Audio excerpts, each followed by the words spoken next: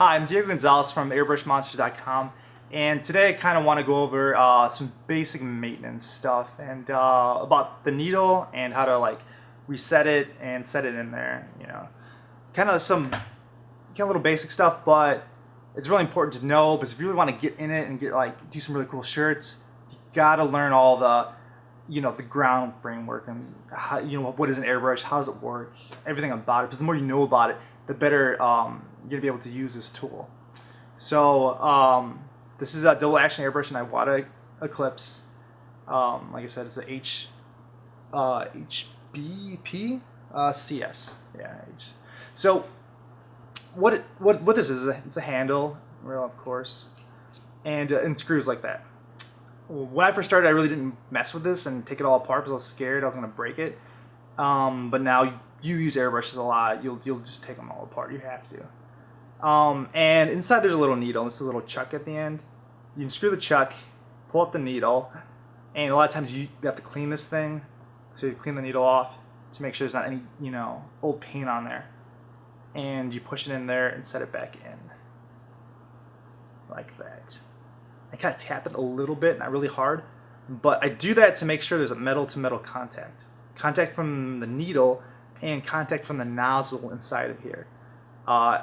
When you feel that contact, you know that it's meeting the needle perfectly, and then you lock it.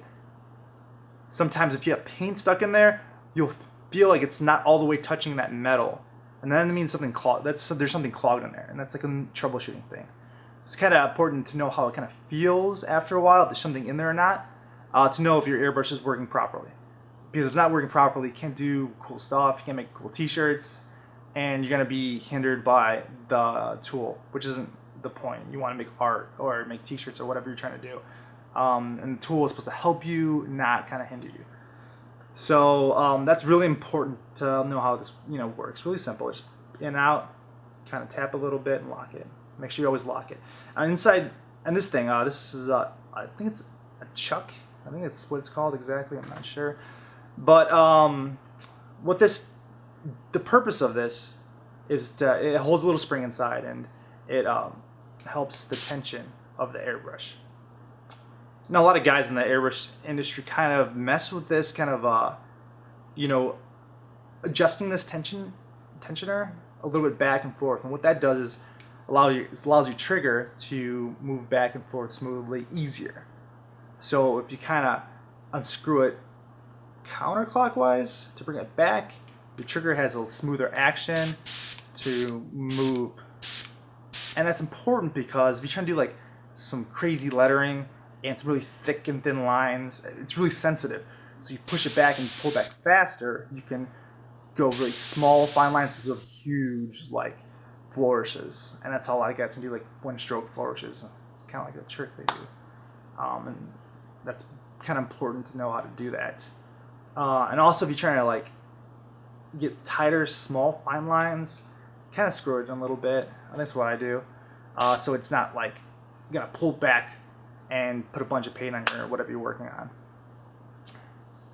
on. So that's that part.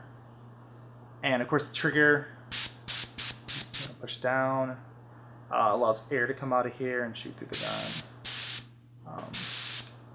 The cap, I always make sure my cap's always on. Even when I'm not using it, make sure your cap's on there, because if it's not and you're out in a hot area, or if you're even like wherever you're working at, your paint will dry in here quickly. It's a water-based paint. And once it hits air, it just gets super dry, and then your whole gun will get clogged up, and then you're just screwing with your gun for like hours, and that's not what you want to do. The nozzle is this little metal part at the end. The nozzle cap, actually, specifically, that's what it's called. So that nozzle cap guards the little needle at the end. I take it off a lot when I do a lot of fine detail, but I would recommend if you're beginning to leave it on, because if you break these little needles or damage them, they're a lot of money, especially in these guns. So I always leave a lot of the parts on the top. Definitely leave on the handles, and a lot of guys take them off and they rig them and all that stuff. I don't do that. I always leave them on, because if you leave it off, and I actually did this for years, I had them off like this, and they're kind of all janky and kind of messed up. I like my hand leans on the little metal piece right there, so it'll lean on there, and it'll bend the needle slightly. And after using it like hundreds and hundreds of times, your thing's all warped and bent, and sometimes you even lose these because you're working and you can't find it.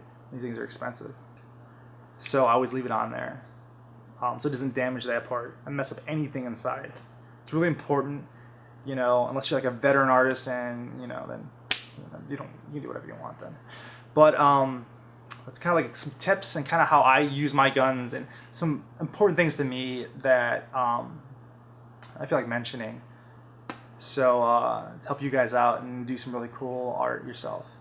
So follow my tutorials and check out my website and my links, and let me know if you guys want to see some cool videos of anything in particular, or if you want me to go over something that you kind of want to know.